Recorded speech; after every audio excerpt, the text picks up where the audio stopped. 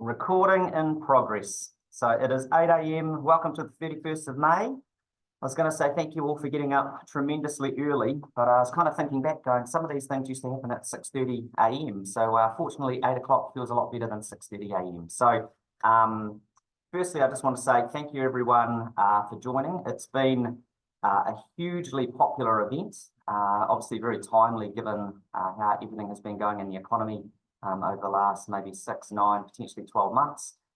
So first, I just want to say thank you very much. We've got registration numbers circa 450 today. That is by far the most popular event we would have held, whether that's online and obviously definitely face-to-face. And if I think back to the last time we did this event, I just looked up, looking at YouTube, it was May 14, 2020. It was really interesting because we had, according to the video, we'd literally just come out of level 2 lockdown. There was a $50 billion announcement from the government, a COVID package at that stage, and we were very blessed at that stage to get the lovely Cam Bagrie in to talk to us at that stage. And registration numbers at that time, I think, were circa 80 to 100. And it was a really strange and interesting time. So it's really interesting, the dynamic between 80 and 100 back in 2020 when, you know, the world was tipped upside down to where we're sitting now, where we had 450 registrations, and obviously a lot of eyes on the economy, a lot of eyes on government. So yeah, again, thank you. I'm really looking forward to introducing you to Cameron. So for those of you that don't know Cameron, Cameron is a great man. He has essentially been an economist of note in New Zealand for an extended period of time. The former ANZ Chief Executive, has worked in Treasury, has worked in Statistics NZ. Better still now for us, you know, Cameron is someone who independently runs his own business, providing economic research, economic analysis, banking support. And why that's important is because we'll get a really unsanitized version of what this budget means. He doesn't have to necessarily worry about the banks telling him about interest margins and worry about lending or worrying about deposit rates, etc. So today what we're hoping to give you is, well, I know we will give you, because I know Cameron, is that you're going to get a very realistic, unsanitized view, a very straight shooting view of what you can see in this budget and what you can look forward to economically over the next 6 to 12 months. So yeah, just mentioning Cameron's background, he also sits on a couple of boards now and an interest in the Life Education Trust Board as well. So again, wearing many different hats. He was in the lockup yesterday, so hopefully he's going to be able to give us some really good insights today. So the way that today will work is just a bit of an introduction from me. So managing partner inside Group. For those of you, because you might be associated to Inside in different ways now, we've got Inside Consulting. So if you're connected to Matt and his group, thank you. If you're connected to Weirdly and Dale Clearbert, thank you. If you're connected to the recruitment business, whether that be on the permanent or contracting side, thank you very much. We really appreciate you supporting us and being here today, and we hope this is useful. So the way that it'll work is Cam's going to speak for roughly 30 minutes. He's got some notes that we'll kind of go through. And then on the back of that, really importantly, we want to let you know there's going to be questions and answers. So right down the bottom of the page, you'll see something that says Q&A. So feel free, you know, to put Q&A, put some questions, just literally click in there, type a question if you have it. And what we're going to do is try and spend some time on those questions. We'll be spending some time on those questions and trying to answer those questions and get Cam's insight to those questions throughout this. It is recorded. So I say that more so if you do pop away to go toilet or you want to get a drink and you've missed something critical, you'll be able to come back and find it. We'll get it posted up through YouTube, through the channel we have. And then lastly, Cam, if we're lucky enough, we might get some notes that we can share with you as well. So, you know, feel free to scribble some notes or feel free just to listen and we'll try and give you a bit more update and context from you. But here is Cameron. Good luck. Thank you. And just see if I can get this screen up. So hopefully you can see in front of you a screen that's popped up. Is that working all right? Let's make sure we've got the technical aspects. All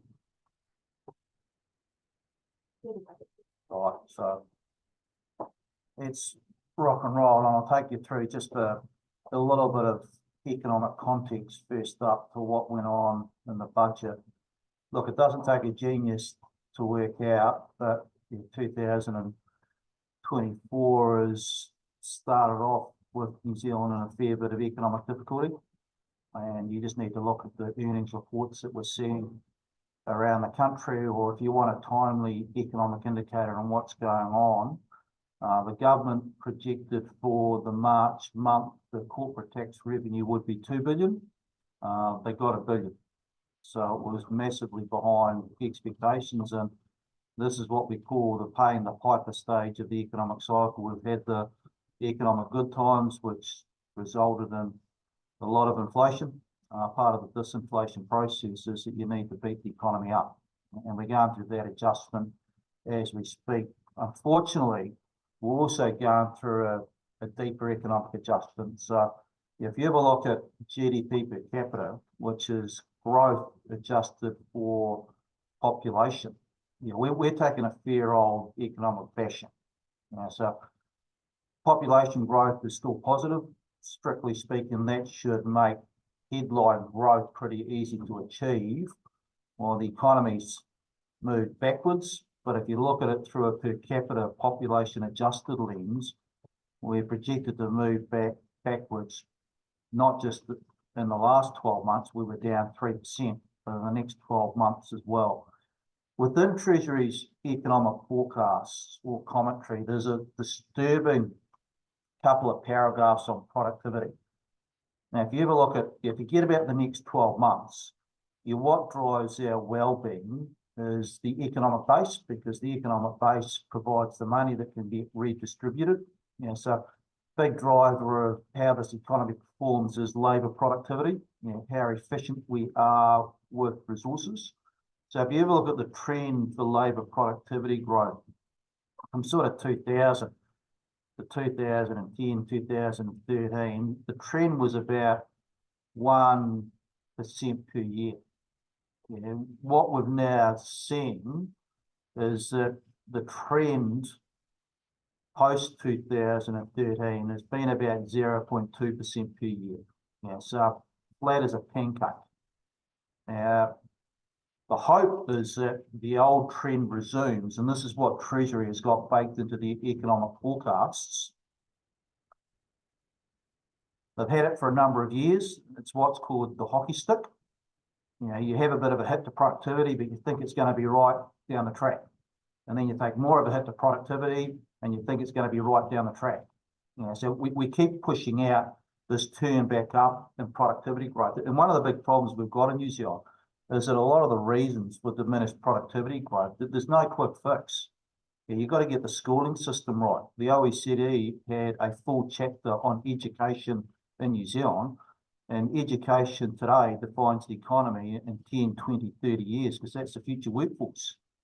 And the OECD economic survey said that the loss of achievement between 2006 and 2018 was worth 4 percentage points of productivity, which is a massive economic hit. And that was just the decline in achievement between 2006 and 2018. I'll give you a heads up. The schooling system didn't improve between 2018 and 2023. It got worse. Another big driver of productivity is infrastructure. And you drive from Taupo to Auckland, and it'll give you a pretty fair guide in regard to how inefficient things like the roading system have become. So there's a fair bit of hope within those economic forecasts that we can unlock a bit of a productivity miracle going forward. But these are some of the statements that the Treasury had within the document.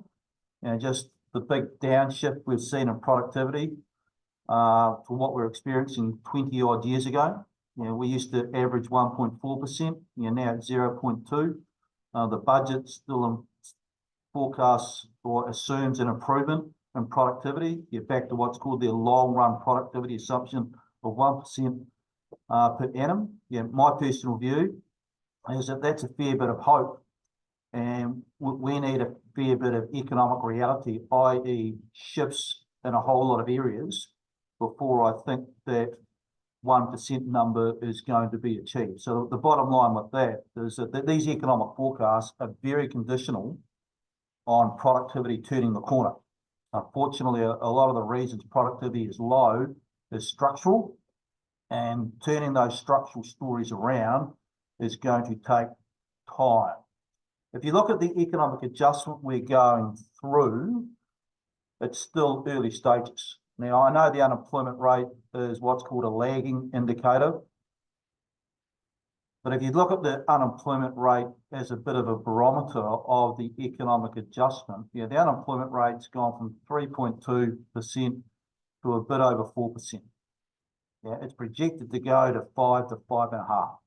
Yeah, so we are about 1/3 of the way through the economic adjustment. Yeah, what does that mean in modern English? It means don't expect the economy to turn up until 2025. What we're also seeing in New Zealand is this complex interplay between what's called cyclical forces, i.e. economic weakness to tame inflation, with some pretty deep-rooted structural challenges. You know, so the OECD and the Treasury referred within their documents to some structural factors that are going to hold New Zealand back. You know, we should be able to import through technology these sort of things, things that can boost productivity. What the Treasury and OECD have pointed out is that, you know, the combination of, you know, weak, low research and development expenditure, weak managerial capability, and declining educational achievement are inhibitors to incorporating best practice or the latest technology into how we go about things. Now, those are things that we're going to need to address more and more going forward because they are secular, they are structural. Yeah, this correction that we're going through is not just cyclical in nature, and we need to be open and acknowledge some of those challenges. And I guess I'll give you some real-time examples of that in regard to weak managerial capability. You know, there's the old adage from Warren Buffett, when the tide goes out, you find out who's been swimming naked.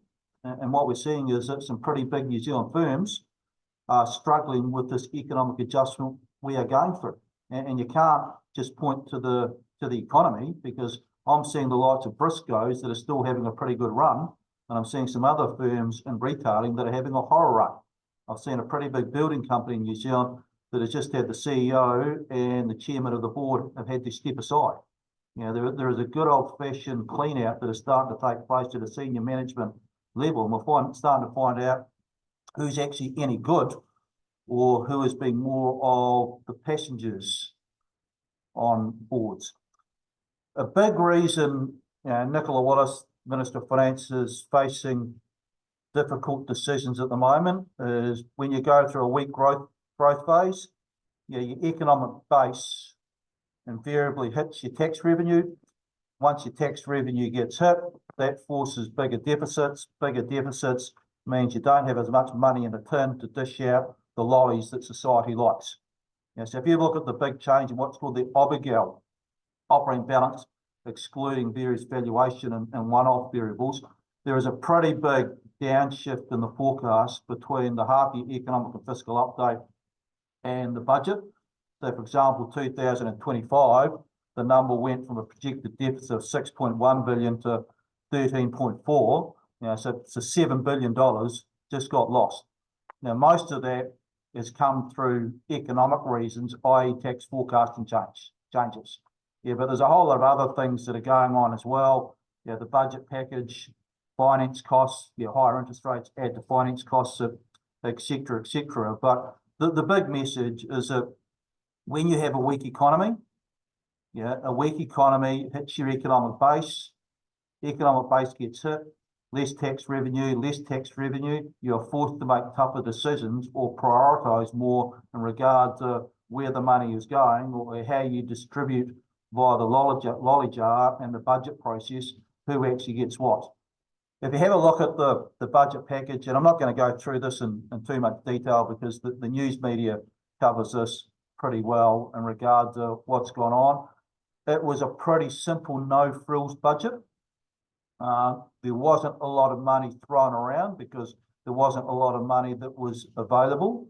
The lion's share of the package came through tax relief, and that was funded by savings and revenue initiatives.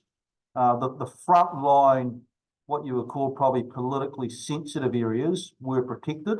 Health, education, law and order to a degree, but that was largely corrections as opposed to the frontline police. But outside of that, budgets were basically frozen or, diminishing. In fact, if you actually go to the expense tables within the budget documents, most government departments are facing the reality of no more new money over the next 3 to 4 years. And that is just part of the economic adjustment that they're going through. They're trying to put more money into the front line, out of the back office. In practice, it's really hard to distinguish between the two. But this was very much a no-frills budget. There was very little in this to drive productivity growth or what was called economically sensitive initiatives. There was a lot more about protective initiatives in regard to where you've got a lot of, I guess, what you call political sensitivity, as well as economic reality, is that you need to throw a lot more money at health and education to keep the wheels turning on those. But, if you strip out inflation or productivity growth, real per capita spending is actually going to shrink over the coming few years. So if you look at where we sit at the moment, the government, the half-year economic and fiscal update was projecting a path back to surplus. That's the left-hand chart. If you look at what we're seeing within the economic and fiscal update, we take a bit of a deviation in 2024, 2025, where things get worse. And one of the reasons things get worse in 2025 is because the tax package is not fully funded in 2025. But then there's a good old-fashioned bit of trust us, we're going to get back on track from 2026, 2027 and 28. And what that flows into is eventually a debt trajectory that levels out in a nominal, in a sense, as a share of GDP. But I guess the key issue here is that what's it going to take to get us back into surplus? So if you look at budget 2024, 2024 budget was an allowance of 4.2 billion is going to hit the economy in 2025. In 2026 and 27, it actually drops down to 3.15 billion because there's a little bit more spending initiatives that are saved. And then it's up to 3.4. Now, Grant Robertson et al., to put that 4.2 or 3.2 in context, the previous government was throwing around somewhere between 5 to 6 billion repeatedly year after year. So the step down to 4.2 or 3.2 is a big step down. What's interesting is that to hit those financial objectives, i.e. go from deficit to surplus, the 2025, 26 and 2027 budget need to be $2.4 billion each. Now, these are budgets of Bill English proportions. In fact, they're probably tighter than Bill English by the time you allow for inflation that's happened since 2010, 11, 12, 13. Now, by the time pre-commitments are stripped out, these are pre-commitments to health, there's about $1 billion to throw around. That is not a lot to manage core government service pressures. In fact, within the document, and I think I've got it, Treasury actually referred to keep the lights on across government entities, you need 2.5 billion a year. That's just what we call lights on funding. That doesn't allow for demographic changes, i.e. growth in the population. So the 2.4 billion that is baked into the next three budgets is less than what's called lights on funding, and it's less than what will be required to allow for population growth going forward. So we are facing, you probably want to think about the savings that have been identified so far look like they are the appetizer on what's going to be a pretty uncomfortable main meal over the next 2 to 3 years, because we are entering a sustained period of austerity if we're going to get that fiscal numbers back in the black. Very long road ahead. Now, apologies, this chart's a little bit complicated, but I'm just going to take you through a couple of things. it's well known that New Zealand has got infrastructure deficits, and the previous government, to be fair, inherited a legacy of underinvested investment in infrastructure by the previous national government. So they needed to ramp up infrastructure spending, and they were progressively over time. And this is about healthcare, buildings, education, schools, roading, etc., etc. What is in the current forecast is infrastructure spend. The net purchase of physical assets is projected to decline over the next 4 years.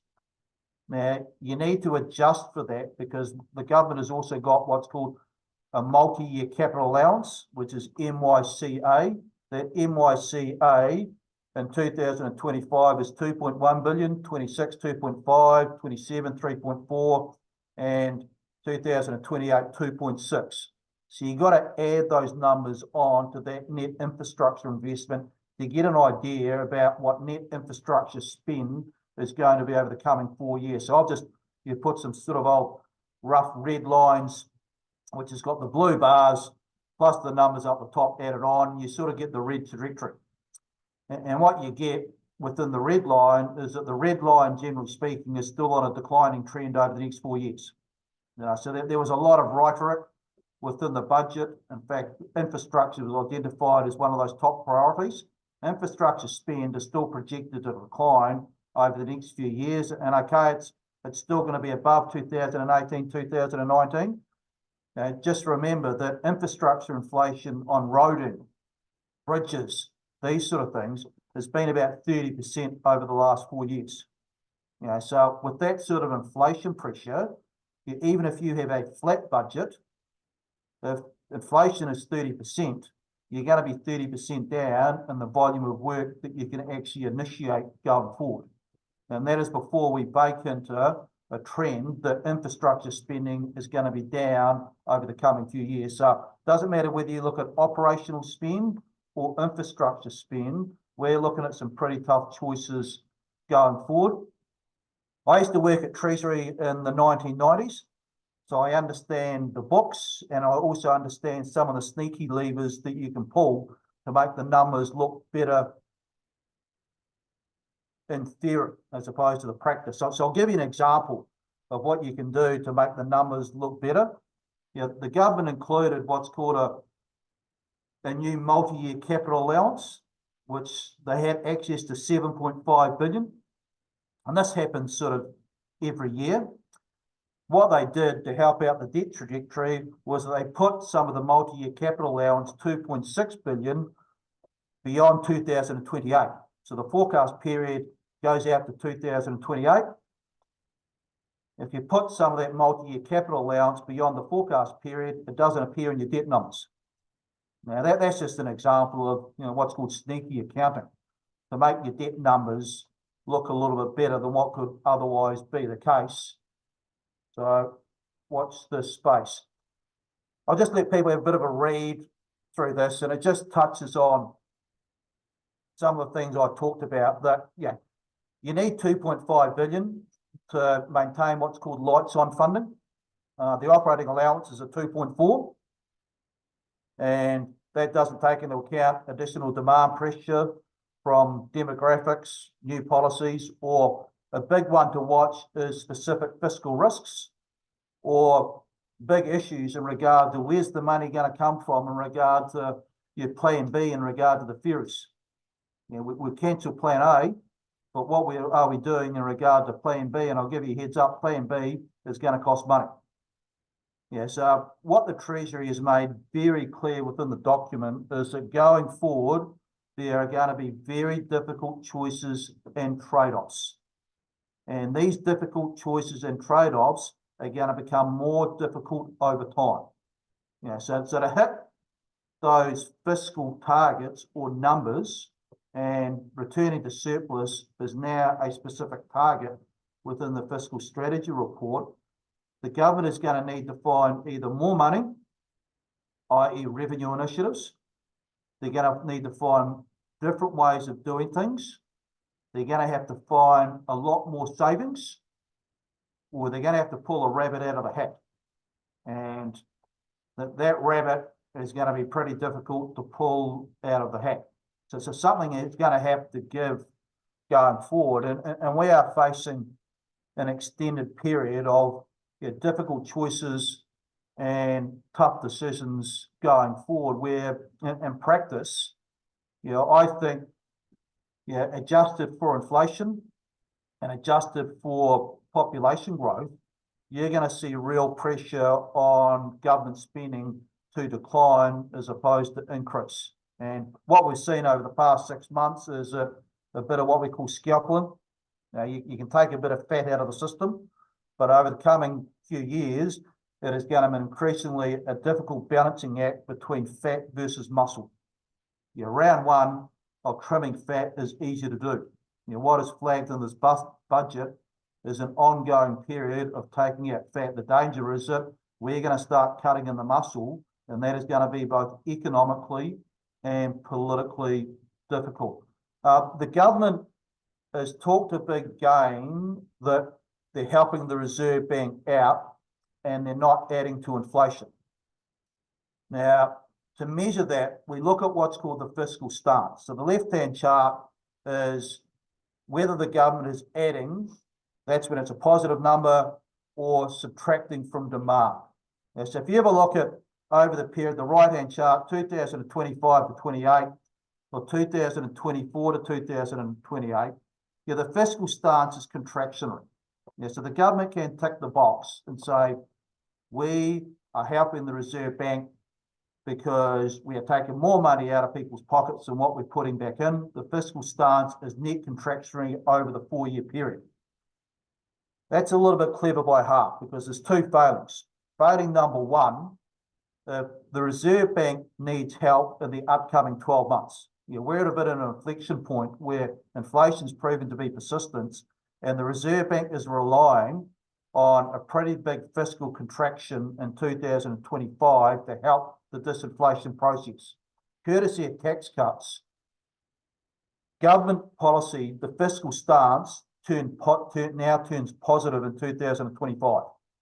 So the Minister of Finance cannot actually claim that she's helping the Reserve Bank out. And she's actually adding to demand in the period where the Reserve Bank's got the biggest concerns. And I guess if you look at the fiscal stance over the next 4 odd years, or if you include the last fiscal year as well, it's less contractionary than what the Reserve Bank currently has baked into their forecasts.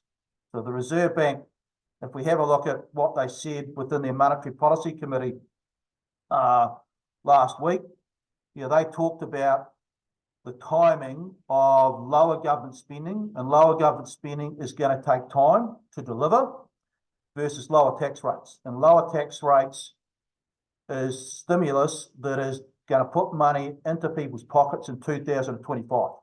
And so the bottom line here is that the Reserve Bank identified fiscal policy, the fiscal stance, as a risk, and whether they have to respond to that risk via higher interest rates is the million-dollar question.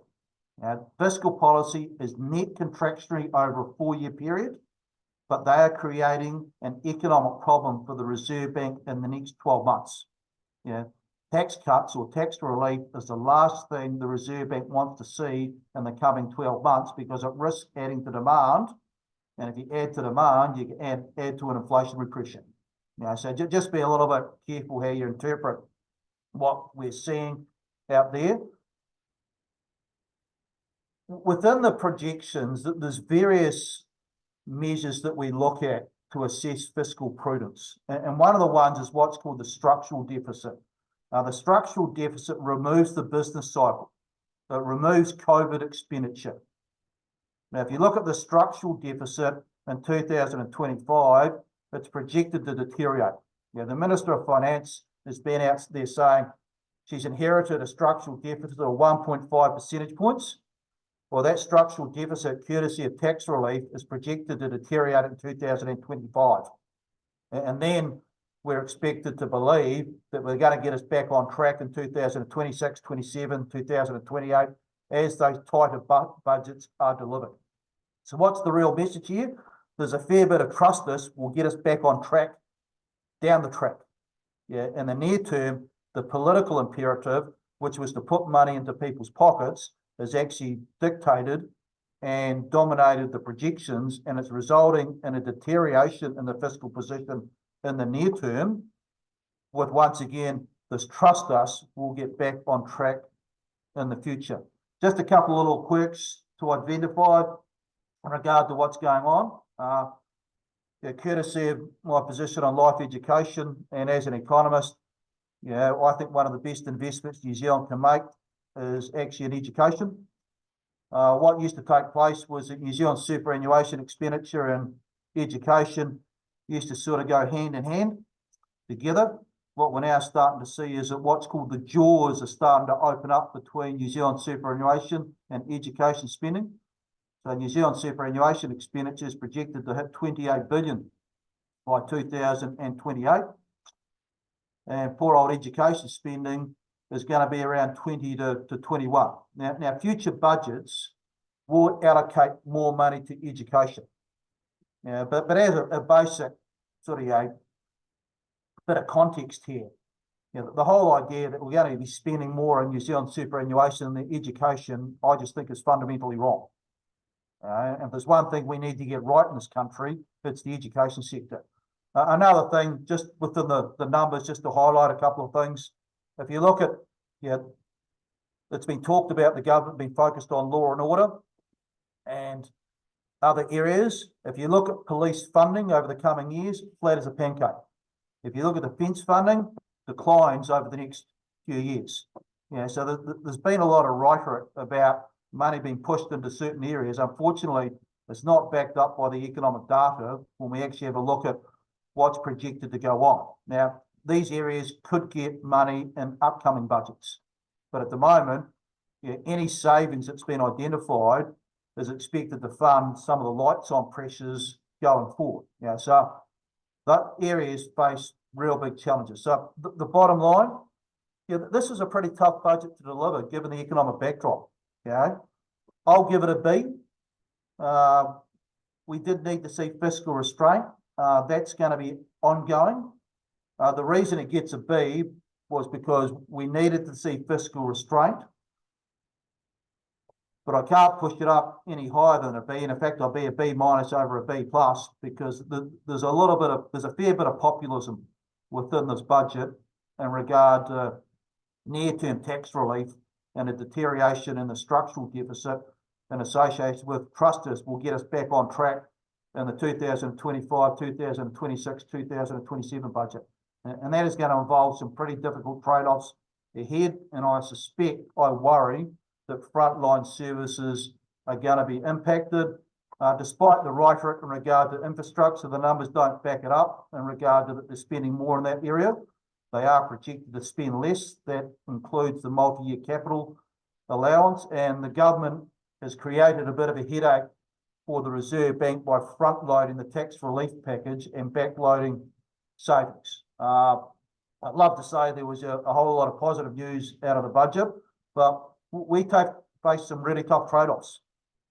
And what we saw yesterday was a bit of the appetizer on what we're going to experience over the coming couple of years if we are serious about taking the accounts into the red, into the black.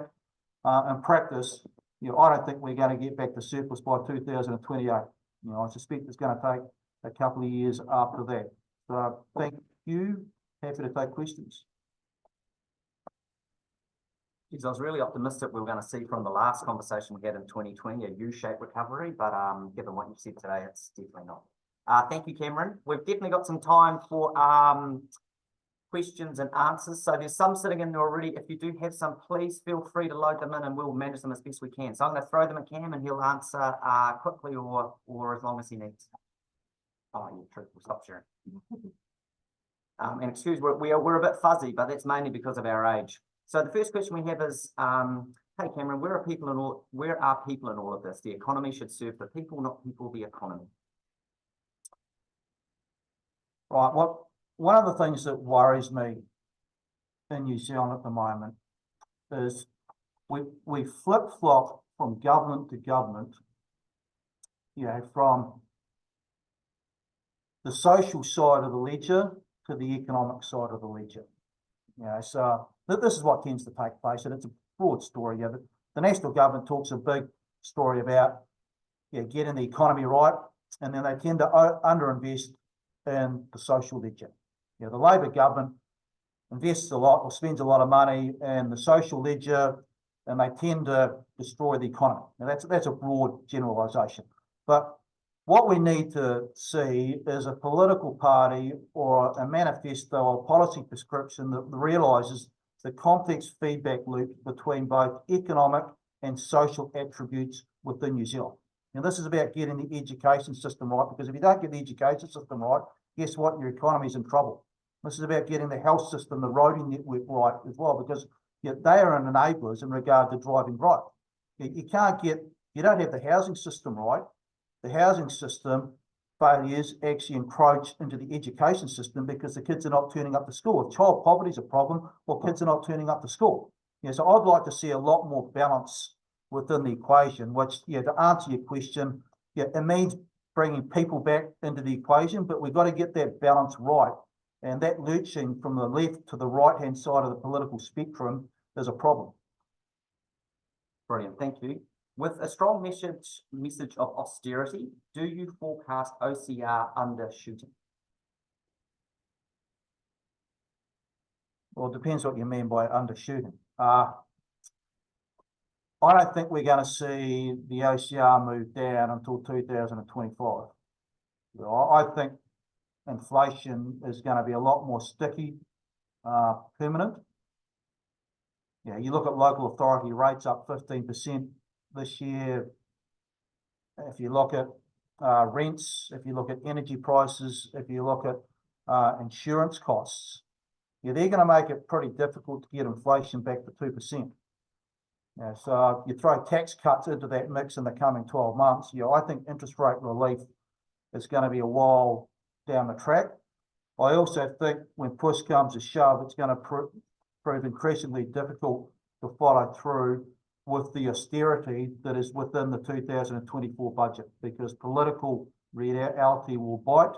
So I think the government will end up spending more, which will add to demand, which will push against OCR cuts, and we're not going to get back to surplus by 2028.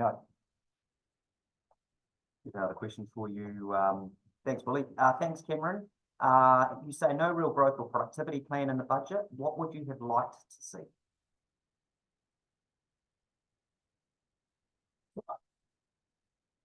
Turning productivity around, there's no quick fix.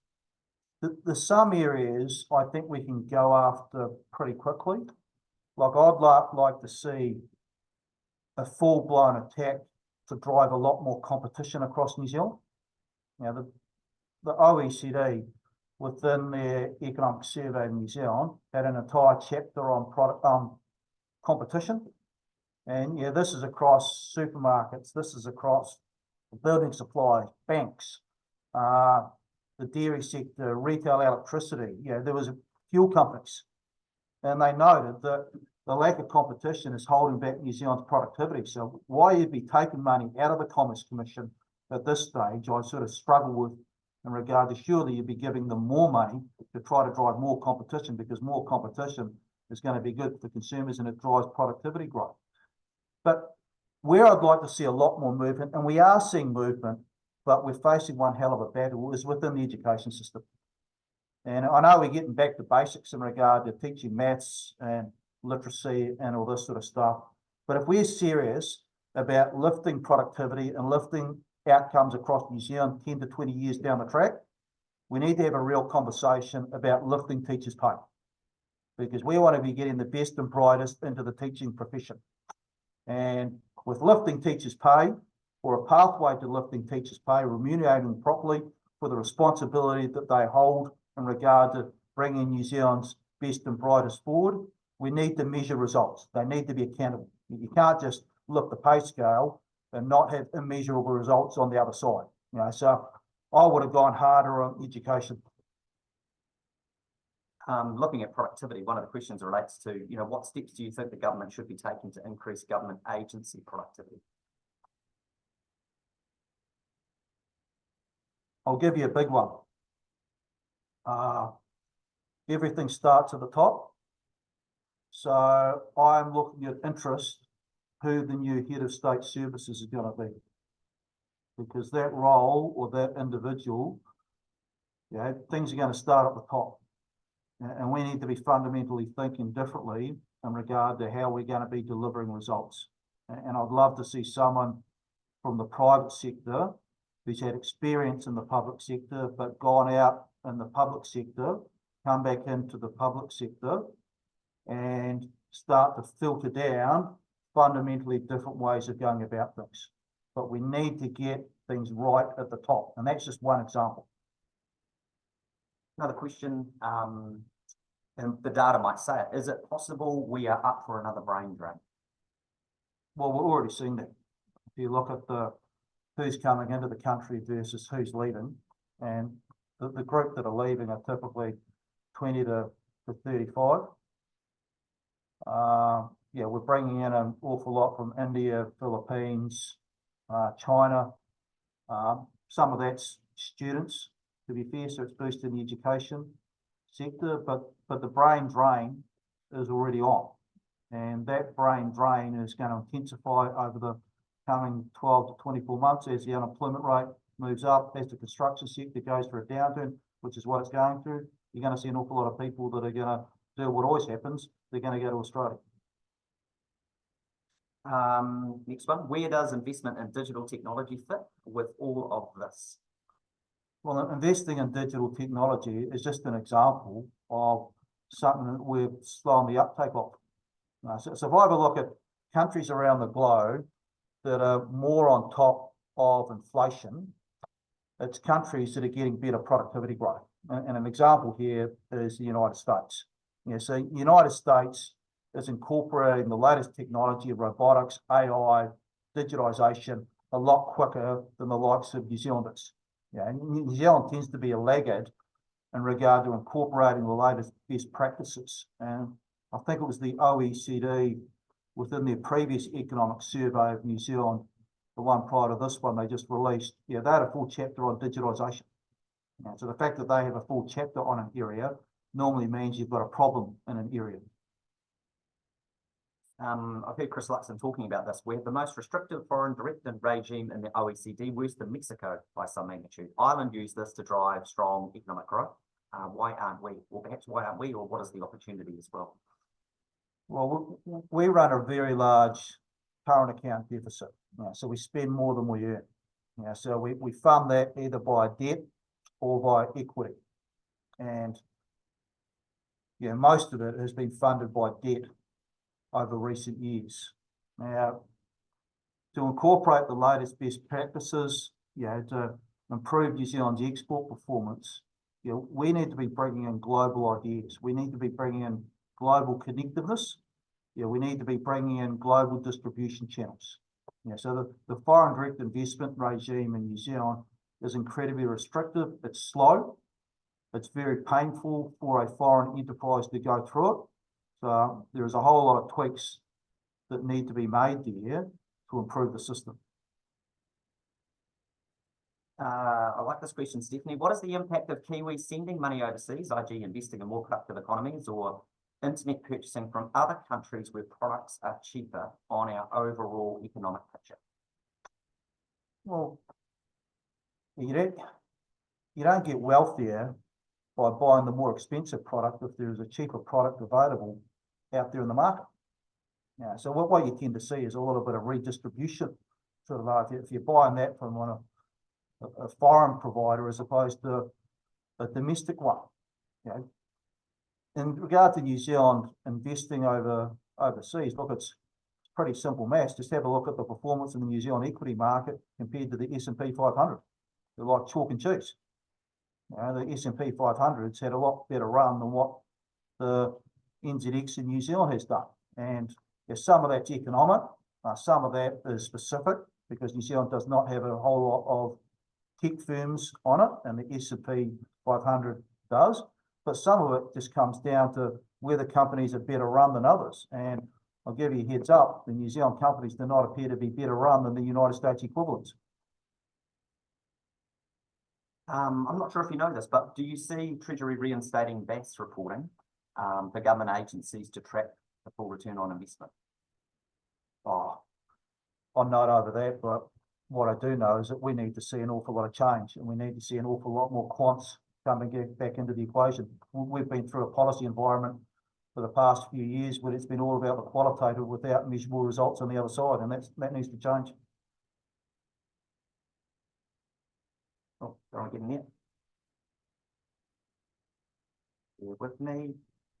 It seems like this budget is very bad news for developing ecosystem services and more resilient natural and a more resilient natural environment. Is there any hope for the environmental restoration work?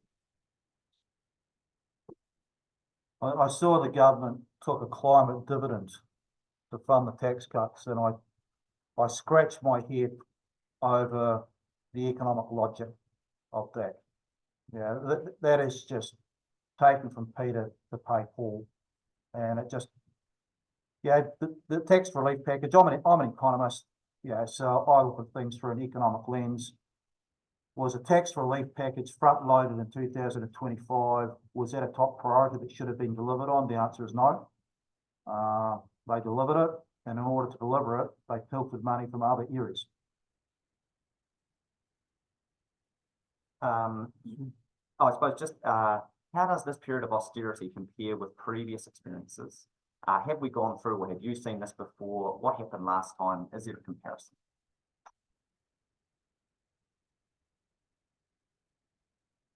There's some similarities, right? So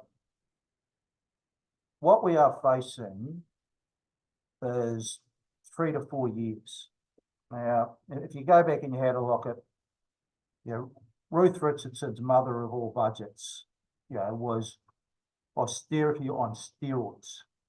But we went in deep, and we came out pretty fast on the other side. By 1994, for example, you know, the government was back in surplus, and, you know, economic growth was back up at 5%. So that the economic pain delivered, at least economically, but there was a lot of social collateral damage along the way.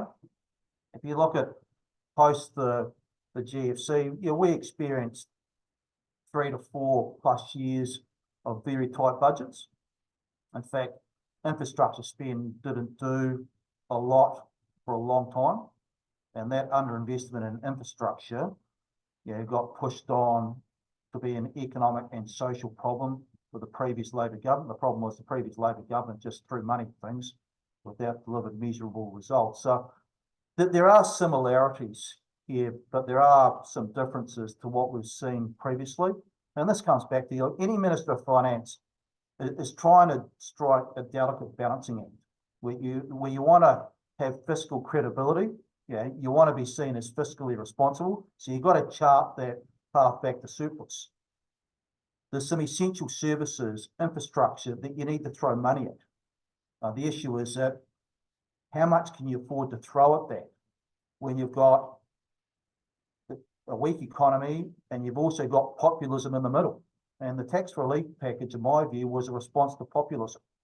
And the more you respond to populism, the more difficult the choices are in other areas over the coming few years. So I guess the way I respond to that is that if we see populism intensify, those choices are going to get more difficult.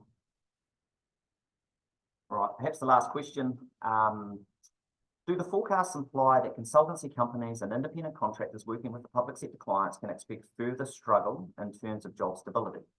Unless, of course, where funding has been largely allocated, the likes of health or education, which doesn't necessarily mean that they'll be hiring contractors and consultants. But do you have a view on the government labour market? Right. So this is how I think things are going to work. Yeah, when you go to cut costs, one of the first things to go is all the contractors. Right. So things tighten up in that market for 6 to 12 months. Then as sort of things settle down, you realise, you know, we need to get that job done. We need to get that work done, and we don't have capability to do it. So then we go through a bit of a cycle. We've got to rehire all of these people on the other side. As you realise, you've cut some essential service capability. And what's going to go on in the next 12 to 24 months is that we're going to find out once again what was fat versus muscle. You know, the first round of cuts, you can take out some fat, but ongoing cuts, I suspect, they're going to start scrimping off muscle, and that will be a problem. Brilliant. Cameron, thank you very much. Thank you everyone to your questions, your participation. We're really thankful. We will try and gather some notes. If not, this recording will be sent back out to everyone. We'll put some commentary around it as well. I wish you well today. I wish you well with the journey over the next 6 to 12 months. I'm really hoping that giving you information allows you to take control of the situation you want to take control of. So, you know, from both of us here, we're really appreciative of your time. Thank you very much.